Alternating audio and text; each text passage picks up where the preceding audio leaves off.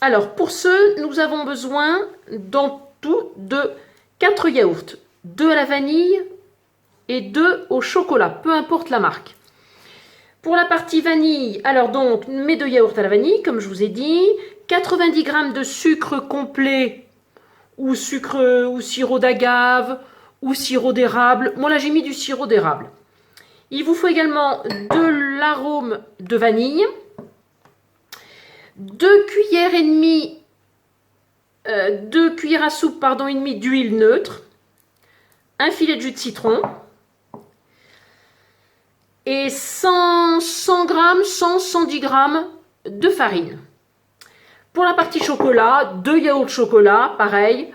Bon, de la levure, on va mettre un demi-paquet pour le côté vanille, un demi-paquet pour le côté chocolat.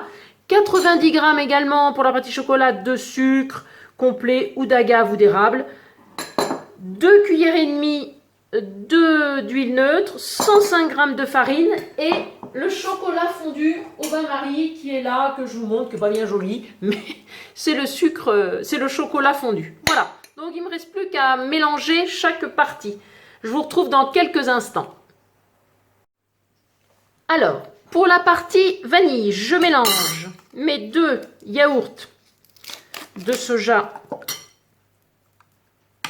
à la vanille.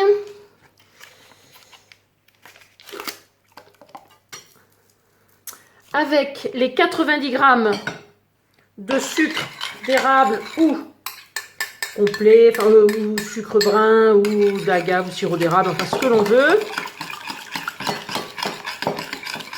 Les 2 cuillères et demie d'huile neutre. Moi c'est de l'huile de colza. Voilà, vous allez voir, c'est rapide.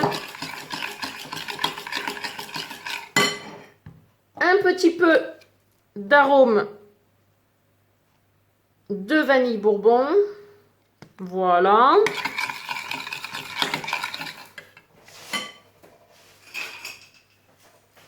Je vais prendre le fouet pour remuer.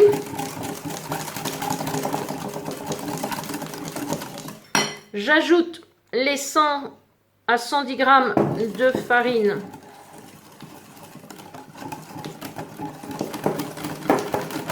Je remue bien pour pas qu'il y ait de grumeaux.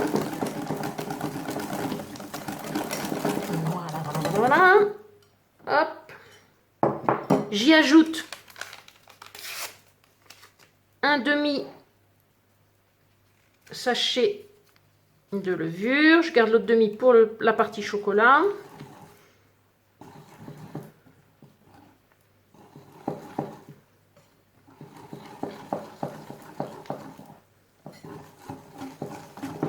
Voilà. Et il me reste à rajouter un petit filet de citron. Je ne sais plus si je vous l'ai dit en début de séance qu'il fallait un petit peu de citron. Enfin, je vous le dis maintenant. Voilà. L'essentiel est que je vous le dise. Voilà, on a une belle pâte bien homogène. Et on va faire la même chose avec la partie chocolat.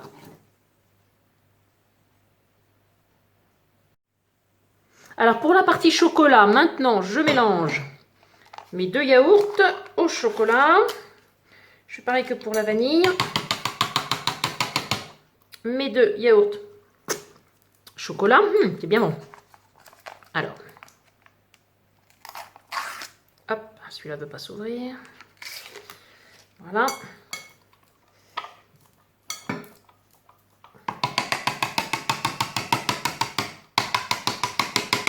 Je mets mon sucre.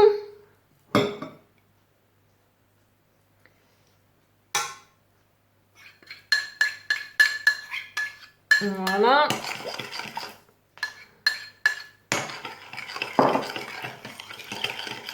Mon chocolat fondu.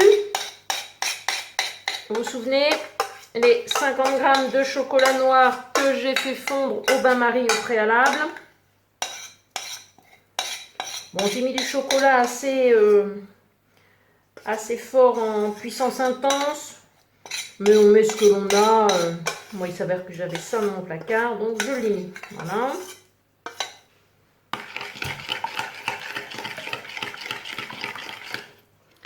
j'ajoute l'huile. Voilà, mes 2 cuillères et demie, la soupe, 2 cuillères à soupe et demie d'huile. Voilà.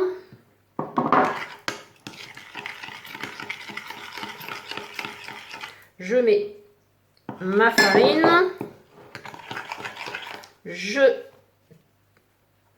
J'ajoute ma levure. Là, je vais délayer au fouet.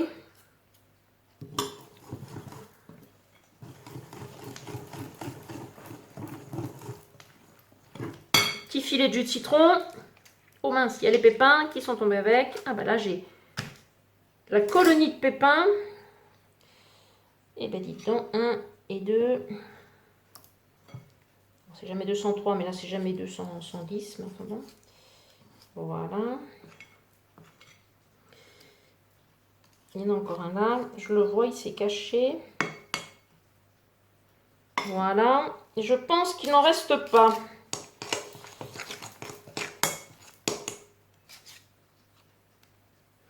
Je mélange le tout.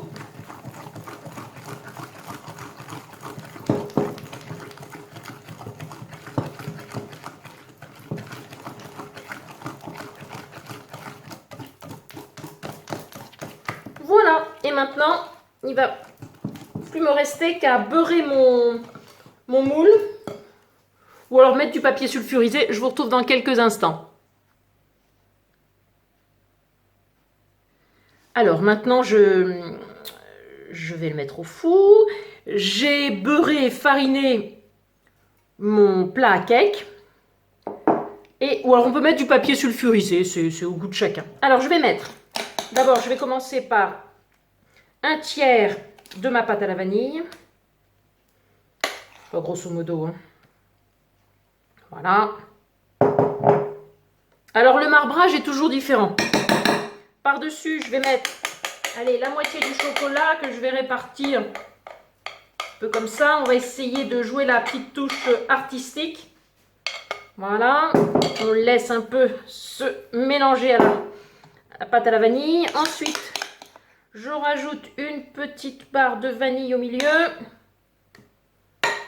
Tac. Voilà. Là, on s'amuse.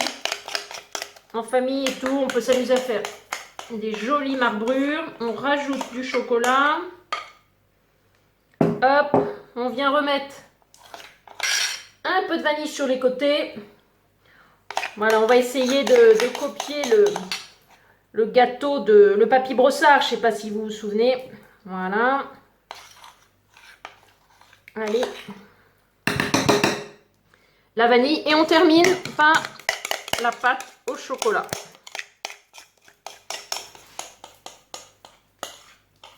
Voilà. Ensuite, au four, vous faites préchauffer votre four à 180 degrés et vous le faites cuire aux alentours de 55 minutes. Alors, la petite astuce, au bout de 15-20 minutes de cuisson, vous ferez une entaille au milieu de votre cake. Voilà. Bon, moi, j'ai envie aujourd'hui de le faire cuire à la vapeur. Mais c'est au goût de chacun. Voilà, il est prêt. Prêt à cuire.